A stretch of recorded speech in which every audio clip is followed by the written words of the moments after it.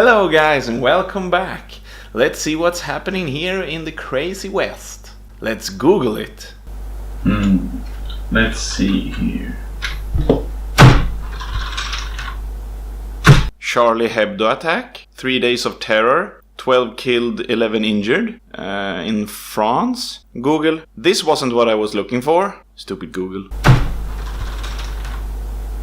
130 killed and 368 injured. An Islamic terrorist attack in Paris. Oh, come on, Google. I don't have time for your shit. Here we go. The Nice attack. 86 people killed and 434 people were injured while a truck drove into a crowd of people in France. Fuck! This ought to be good. Orlando shooting. 49 killed. Shooter pledged ISIS allegiance. Another Islamic terror attack. Orlando. That is in fucking US of A. I'm getting pretty tired of you, Google.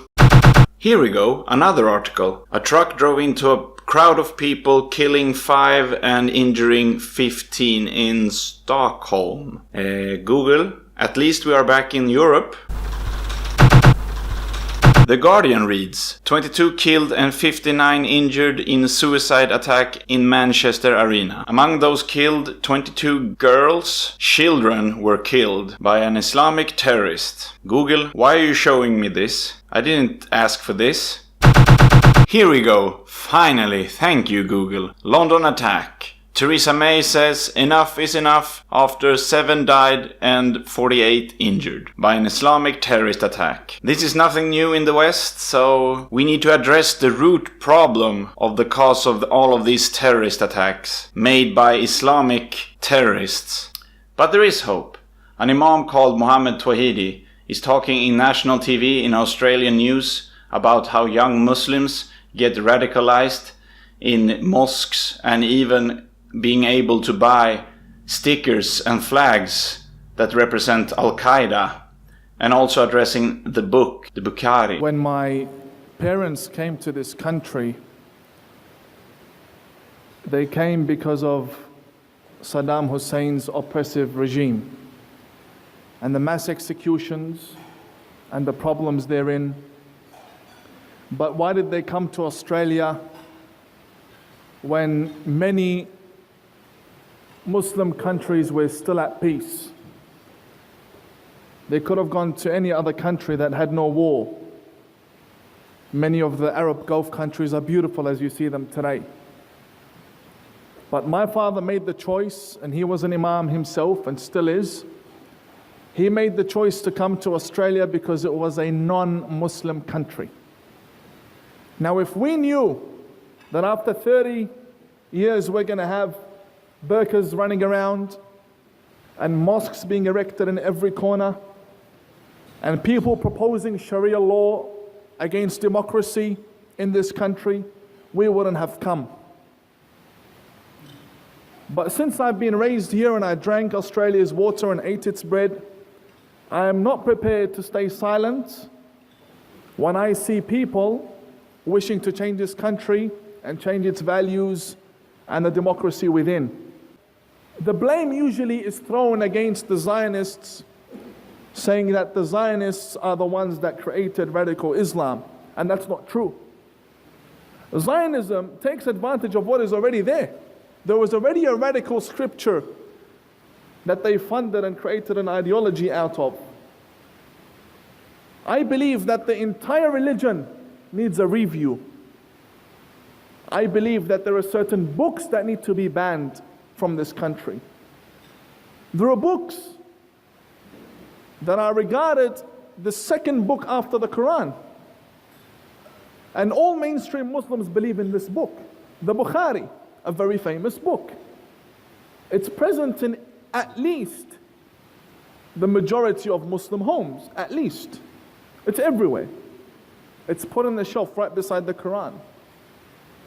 And every act of terrorism is taught from that book. And that book is widely available and sold and published in Australia.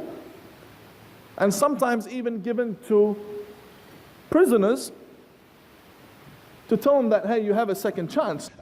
This happens because of the books that we have, the Islamic scriptures that we have.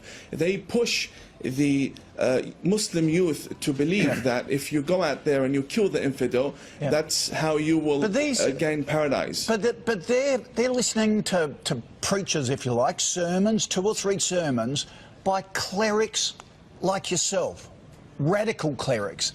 What do you more moderate clerics do to out your compatriots who are turning these young Muslims? Well, it is very hard being a peaceful, moderate person within a society that is infested by extremist Muslims. I will not deny this fact.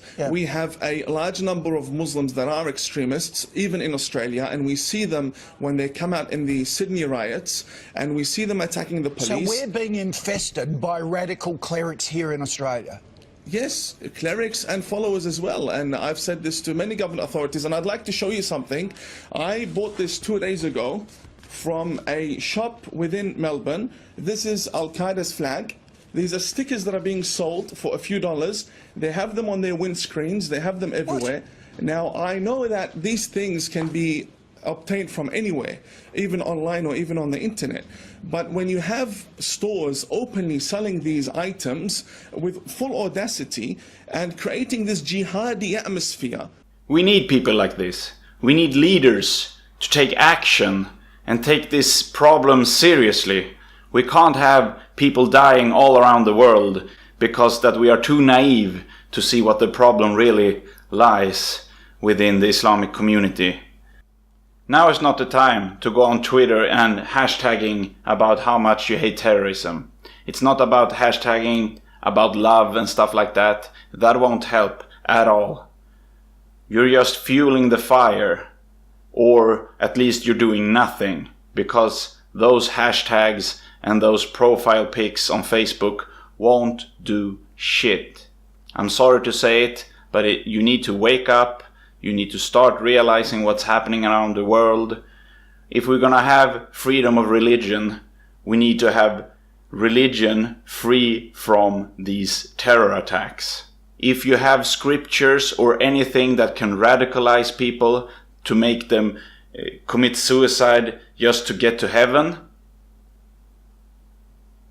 then I don't think freedom of religion is a good idea.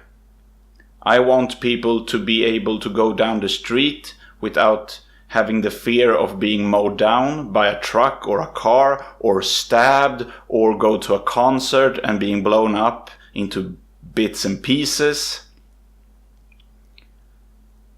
We need safety, and we need it now, more than ever. I'm sorry to say, but that's how it is now. So we need to stick together, act together, and be strong. Not just hashtagging and flowers and hugs and kisses. That won't help.